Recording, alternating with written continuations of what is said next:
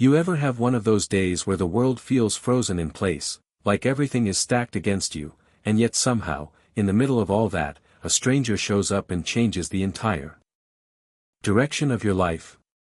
Yeah, this is one of those stories. And depending on how you see it, it's either a miracle, a cosmic joke, or the universe finally stepping in to set things right. It all starts in the tiny snow-buried town of Redwood Crossing, a place where winter doesn't just arrive, it settles, digs in, and dares you to fight your way through. On Christmas Eve morning, the wind was howling loud enough to drown out your own thoughts, the kind of cold that bites skin straight through your coat. The kind of day any sane person would stay home. But Mara Collins, well, she didn't really have that option. She stood in her driveway, fingers frozen stiff inside thin gloves, turning the ignition of her SUV for the third time. Click, nothing. She tried again. Click. The engine didn't care that she had places to be. Didn't care that her daughter had spent all week packing homemade cards and candy canes for the families at the community shelter. The battery was dying, the tires were sunk in ice, and the garage was barricaded by a wall of snow she'd already tried and failed to shovel her way through. Behind her on the porch, her little girl, Lena, stood bundled in a red puffer coat, clutching a drawstring bag decorated with marker scribbles. "Mom, is the car broken again?" Mara forced a smile, the kind mothers practice when the truth would hurt too much. "Just needs a little help, sweetheart." But honestly, everything in Mara's life had needed a little help for as long as she could remember. People underestimated her, dismissed her, talked over her in rooms where she knew she belonged. Her ex had once called her a charity case with an attitude. Co-workers called her the quiet type, right up until she outperformed them. She had climbed her way out of more than one pit life threw her in, but still, days like this made her feel like the world was daring her to quit. And then, a voice behind her.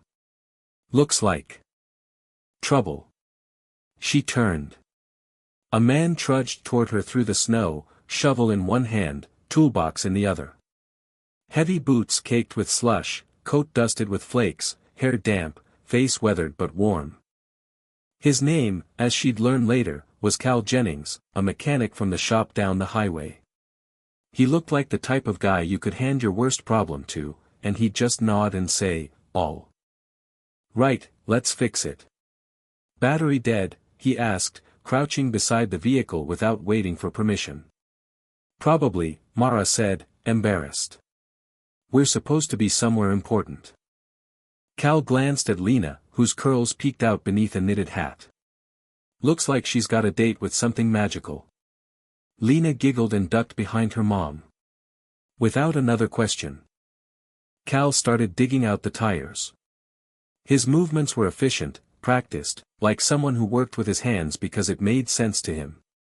He popped the hood, hooked a jumper, checked the spark plugs, positioned traction mats, and after a few minutes, told Mara to try the key. The engine roared to life like it had just needed a pep talk. Mara's relief nearly brought her to her knees. "I don't know how to thank you." Cal shook his head. "No thanks needed. Just don't let her miss Christmas." She reached for her wallet anyway. "Please, at least let me pay you." But he was already walking away. "I'm just a mechanic," he called back.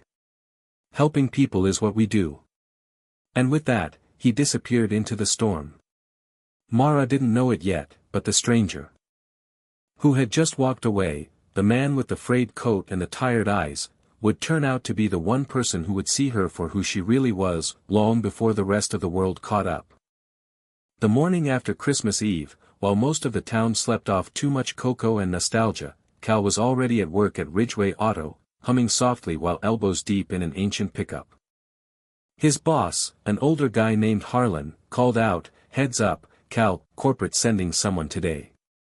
New CEO wants to tour the shops." Cal didn't react. Corporate suits came and went.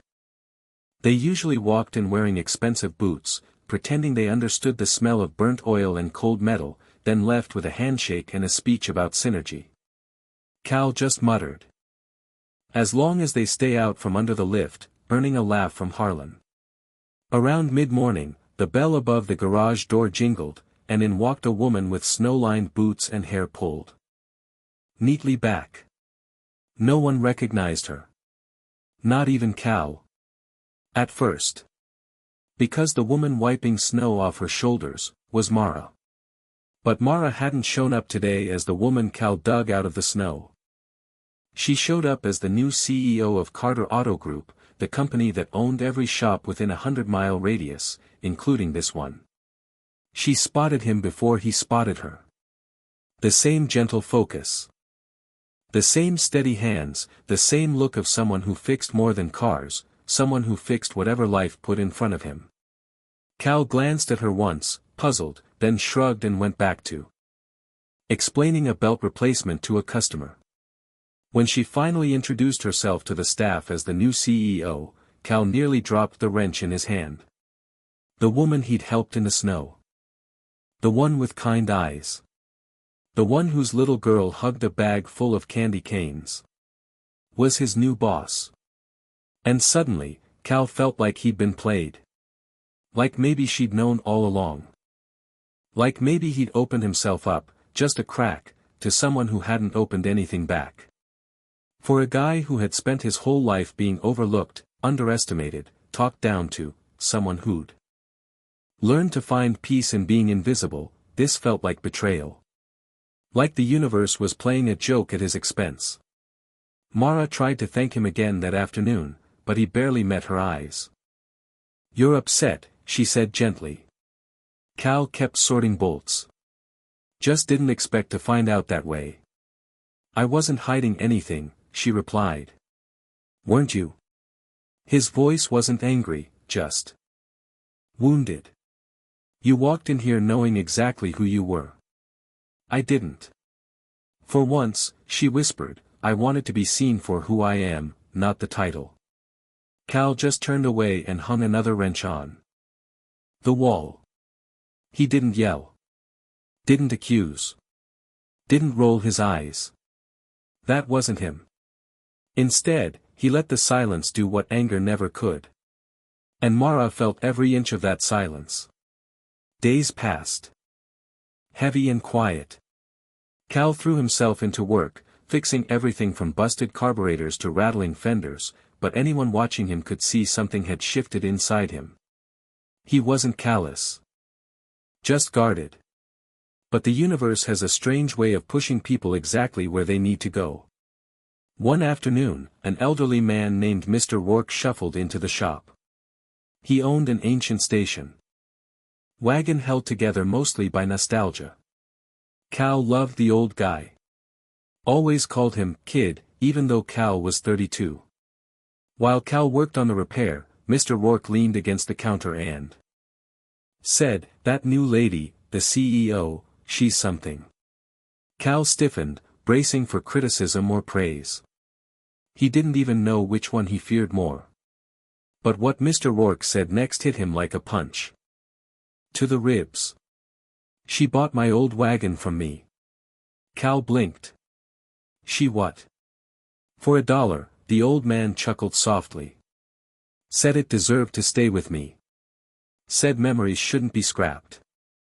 And suddenly, everything Cal assumed about Mara cracked. Later, he overheard her inside Harlan's office saying, "I don't need more managers. I need more people like Cal. People who care more about people than numbers." Harlan laughed. "He's stubborn." "I know," she sighed, "but he's honest. He's real. That matters." Cal stepped away before he heard anything else. His chest was tight. Not with anger but something he hadn't felt in years, being seen. Really seen. For the first time, someone with power, someone with influence, had looked past the dirt under his nails and the grease on his sleeves and recognized the man beneath it.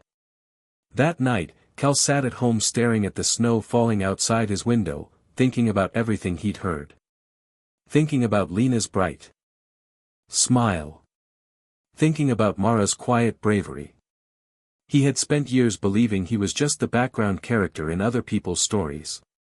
Fix their cars, send them on their way, fade back into the noise. But what if he wasn't? A week later, Cal locked up the shop and found a brown package on the front counter. No sender. Just his name in neat handwriting. Inside was a pristine tool set. The kind professionals dream about but never buy because life always needs that money more. On top was a note. If you still believe in people who brave the snow for others, meet me behind the garage. 7 p.m. Cal felt his throat tighten. He grabbed his coat and stepped outside. Behind the garage was a clear tent glowing with warm lights. 2 chairs. 2 plates of shepherd's pie.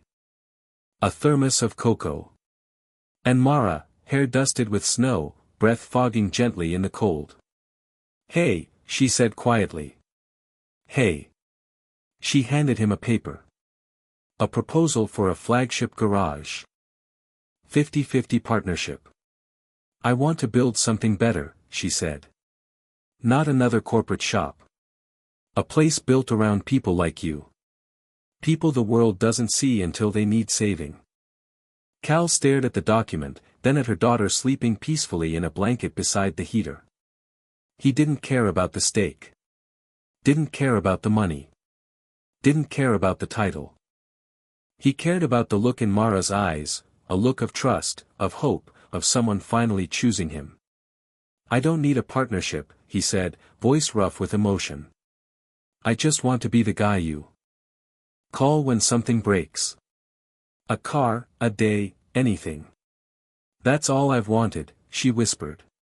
He reached for her hand. She squeezed back. And for the first time in his life, Cal didn't feel like a placeholder. He felt like home. Snow fell over a brand new sign that read, "Lena's Legacy Auto." Inside, kids played in a small corner stocked with toy wrenches. Customers laughed. Cal worked with a calm confidence he never had before. Mara handled the books with soot smudged on her cheek, courtesy of her daughter. And Lena, now 5, proudly introduced Cal to customers as "my real dad," a title Cal cherished more than anything money or power could offer. But here's where the controversy comes in. The corporate board didn't love the idea of a CEO building a garage built on community instead of profit. Some called it favoritism. Some called it unprofessional. Some whispered that a mechanic like Cal didn't deserve a stake, a title, or a seat next to Mara. Which leads to the question people still argue about today. Did Mara make the right call choosing a man with heart over the man with the resume? Or did she risk her career for someone she barely knew? Depends who you ask. But Cal knows one thing for sure: sometimes the kindest hands are covered in grease, and sometimes the people the world overlooks end up carrying it forward. And maybe, just maybe, that's how miracles really work. Before you go, I want to hear from you. Do you think Mara was right to lift someone like Cal up, someone the world underestimated over and over? Or was it risky, unfair, or even unprofessional? And more importantly, have you ever been underestimated or judged too quickly? Tell your story in the comments. Let's talk about justice, second chances, and the quiet heroes nobody notices until everything falls apart. Like, subscribe, and share this if you believe in the people who work in silence, the ones who fix more than they break. Your voice might just change someone's life.